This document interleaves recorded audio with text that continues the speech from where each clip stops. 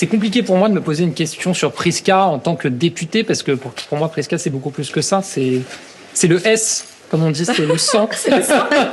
Non, mais voilà, avec Prisca, on s'est connus d'abord en tant que militant à En Marche. Et puis après, Prisca a été élu député, enfin, en 2022. Et puis ensuite, on a été ensemble...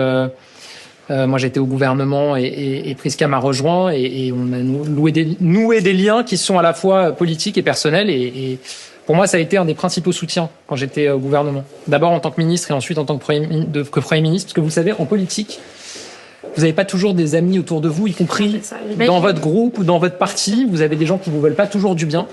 Et donc avoir des soutiens auprès de vous, c'est quand même, ça fait toute la différence. Et en plus de ça, c'est une très bonne députée, une très bonne politique. Voilà, je le vois. Son point fort. Son point fort, d'abord, c'est qu'elle est courageuse. Elle se défile jamais. Elle n'a jamais peur de défendre ses convictions, de défendre nos idées et nos valeurs, que ce soit sur un plateau de télévision ou face à des interlocuteurs qui ne sont pas évidents. Ça, c'est d'abord le courage. Elle a des convictions.